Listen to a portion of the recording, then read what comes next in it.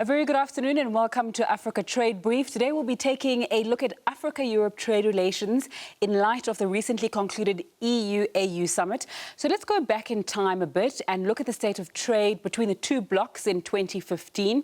Now, according to Brookings University, Africa's share of trade with the EU was quite low in 2015, representing 9% of exports from the EU and 8% of imports to the EU. If we look at the EU's trade with other regions and blocs, we'll see that Asia was Europe's largest trading partner, accounting for around 36% of exports from the EU and 45% of imports to the EU.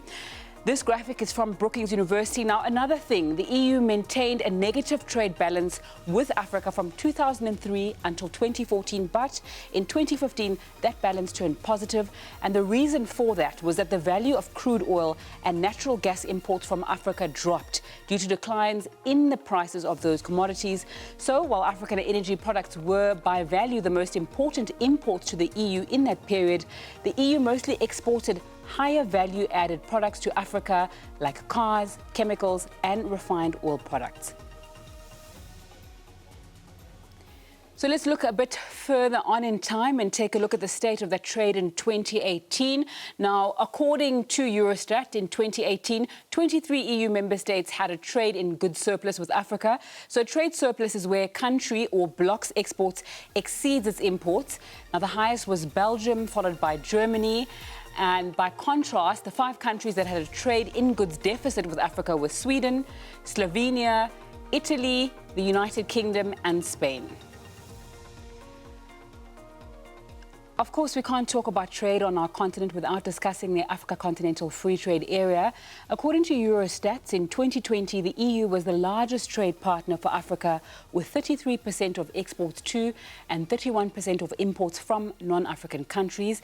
In both cases, China was the second largest partner, with 17% of exports and 22% of imports. Trade among African countries accounted for around 18% of total African exports and 15% of total African imports. The European think tanks group says the Africa Continental Free Trade Area Agreement creates space for the EU to move beyond the traditional kind of development cooperation niche and offers a strategic opportunity for African and European actors to meet on equal terms, to enhance political partnership based on mutual experience sharing and to strengthen links between businesses in Africa and Europe. Let's speak to Rosie Burchard, then SABC correspondent in Brussels, about that recently concluded summit. A very good afternoon to you, Rosie. Thanks so much for your time this afternoon. Just give us some context about the trade that we've seen previously between Africa and Europe. Well, trade can certainly be a tricky political area between these two continents. We know the last year we have data for is 2019, where trade between the two continents amounted to around 280 billion euros.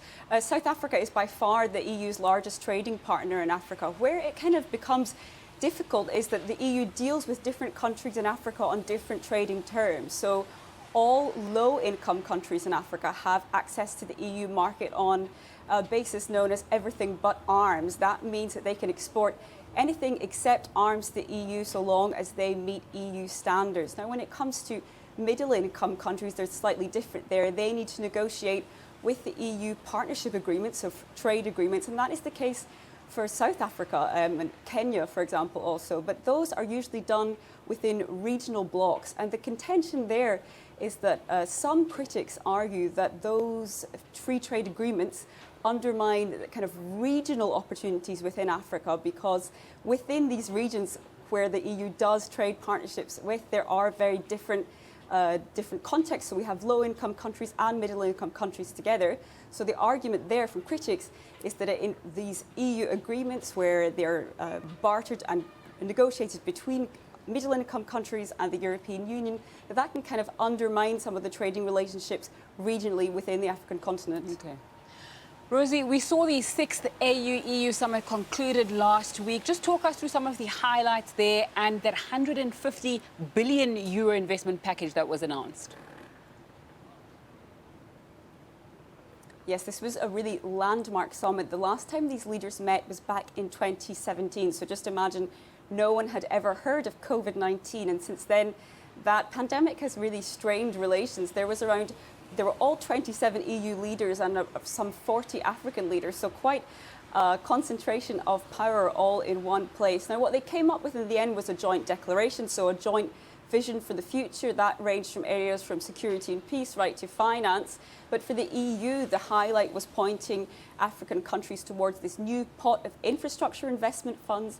That's called its Global Gateway Initiative. It's around 150 billion euros of investment opportunities, and it should go towards infrastructure, so things like roads, things like health opportunities. However, there are some contentions there as well, not least from South African President Cyril Ramaphosa. I spoke to him after the summit on Friday when he was in Brussels, and he raised one interesting point. He said, you know, the proof really will be in the pudding. We're yet to see.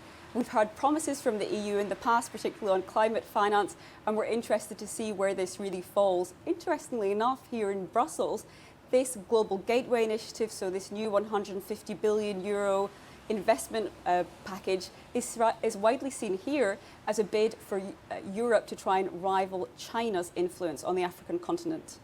Rosie Burchard coming to us live from Brussels, just giving us an update on what took place on that AU-EU summit and giving us insights into some of the conversations she's had with African leaders there. Let's stay with that now. Somebody who did attend that summit is Colin Coleman. He's the chairman of Yes, and he joins me live now. Thanks so much for your time on SABC News. Colin, how would you characterize EU-Africa relations when it comes to trade and business? All right, Colin Coleman joining us here. Of course, we are talking on Africa Trade Brief today about the kind of relations that there are between Africa and Europe. Colin, a very good afternoon to you. You were part of the delegation that went to that AU-EU summit. How would you characterize the kind of interactions that were there, and what was South Africa's message at that summit? Well, I must correct that I was not on.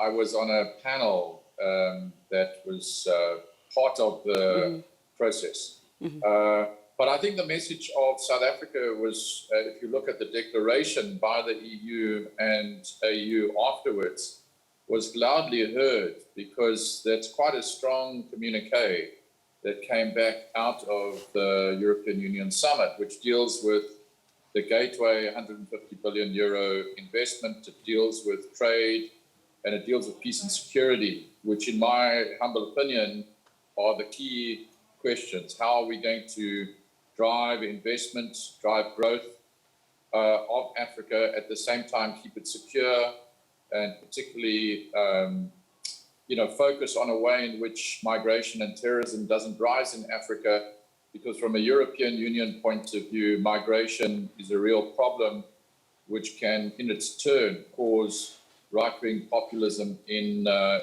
European Union to occur, and one doesn't want to see that happen.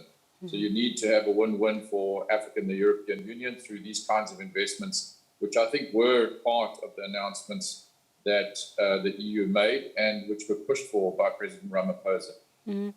Talk to us about what opportunities are there, particularly for Africa, when it comes to trade between the two continents.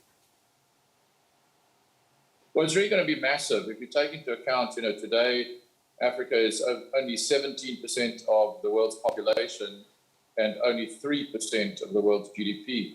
So as the population and the youth bulge in Africa rises, you will have a demographic dividend, which will produce opportunities in the consumer sector, in the industrial sector, in the technology and communication sector, in fintech, in all sorts of ways. And in order for Africa to keep a pace, its growth is going to produce the largest single opportunity in the world over the next 50 years.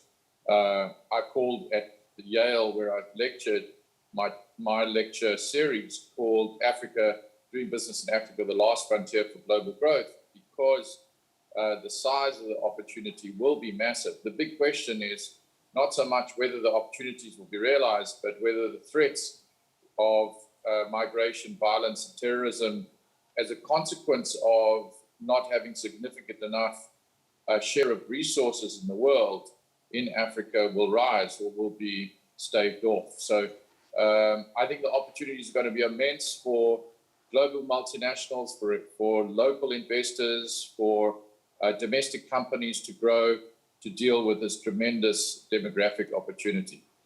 All right, I know you've touched on some of the challenges that are possibly going to be there, and obviously the opportunity you've spoken about, the Africa Continental Free Trade Area, I'm sure moving many of those opportunities forward in time.